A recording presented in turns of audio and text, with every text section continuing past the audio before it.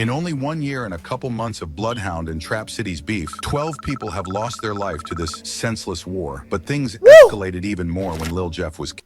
We're going to be talking about how the Bloodhounds killed an op as get back for Lil Jeff, but also would double back and kill the op's sister, who was a mother of 3 kids. We all damn, I ain't gonna lie, that's a lot of damn. all know how the beef between Trap City and Bloodhound started.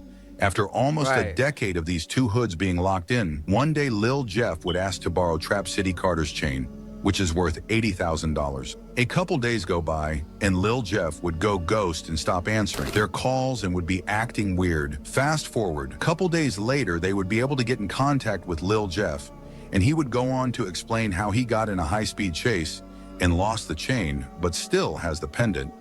He even went as far as scratching himself up to make the story more believable. Trap City would feel like they got backdoored and would start spinning ever since then. The first person to die in this war was Lil Jeff and Q50's older cousin, Bloodhound Z Money. Ever since then, it's been bodies dropping left and right. Fast forward a year later, June 8th, 2024, Lil Jeff, Q50, and 2 other Bloodhound members went to go slide on Trap City's block. It was broad daylight, but that wasn't stopping nothing. Bloodhound Lil Jeff would catch Trap City Glenn outside. An op he tried before, but unfortunately for Jeff, Glenn had survived. This time Lil Jeff wanted to make sure he got the job done. Bloodhound Lil Jeff would I ain't even gonna lie, the way they explaining this is crucial. Shut your lame ass up, nigga. hop out the car and start chasing Trap City Glenn. Glenn would run inside the closest house he can find. And the crazy thing about all this shit, like, if you really think about it, everything he's saying, you could piece everything in your head, and it's like a movie game. I don't know. This house would end up being none other than the Demon Slayer himself, Trap City Rob. Rob would come outside with a Glock, and Lil Jeff would be hit 19 times in the chest. As all this was happening, Bloodhound Q50 was scared to push, leaving Lil Jeff to solo duo the mission. As Jeff was getting Q50 would slip and fall after getting caught off guard, witnessing his right-hand man getting shot. He would get back up and make a run for it back to the car to drive off, leaving Lil Jeff to bleed out.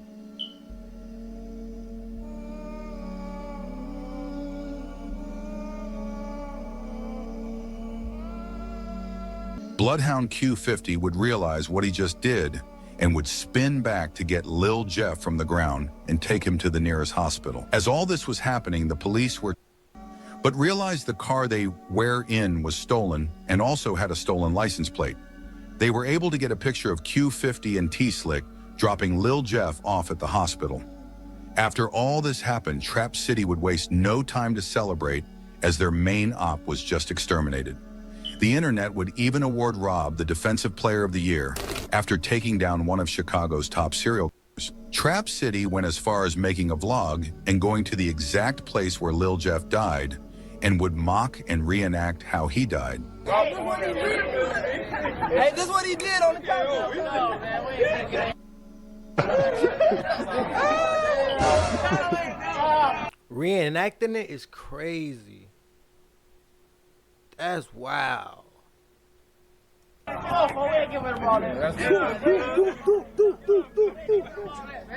The person that was trolling the most was Trap City Carter. Since Lil Jeff took his chain, the hate he had for him was beyond normal. He would be dissing Lil Jeff in the vlog and laugh at Bloodhound, telling them to get back on the score.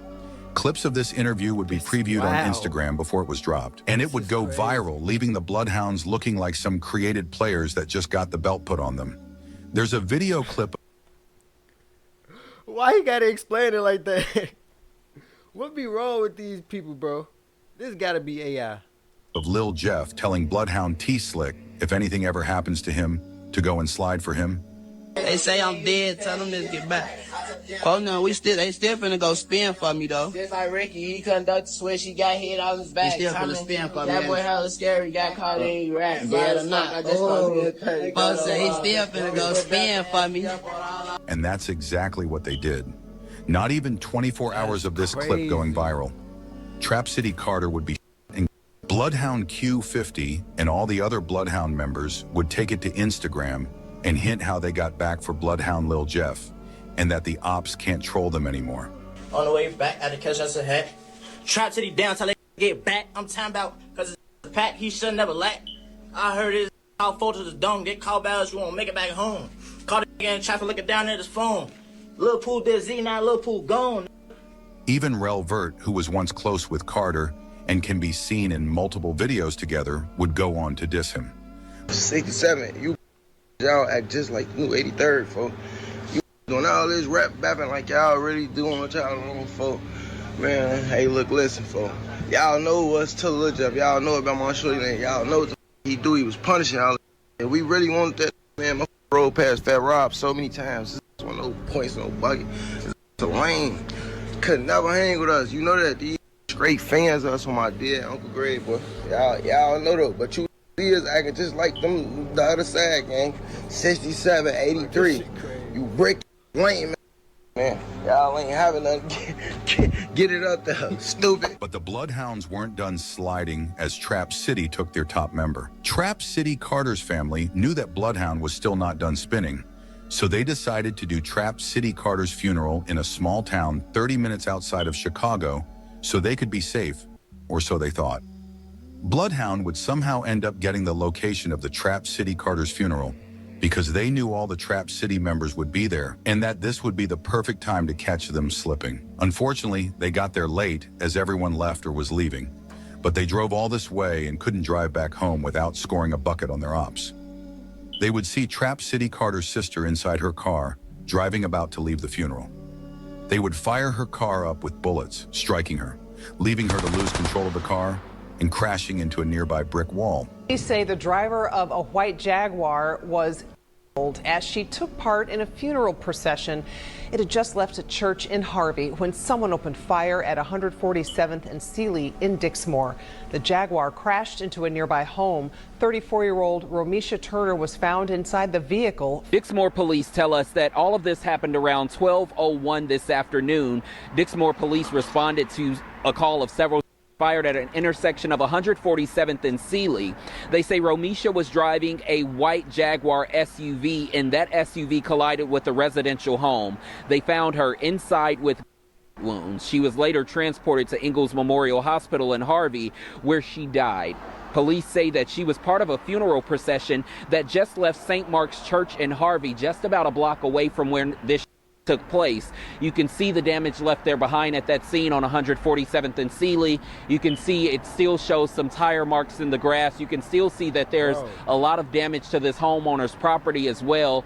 And I think one of the saddest things that you find there still left behind is Romisha's shoe. She would be pronounced dead on arrival. Trap City.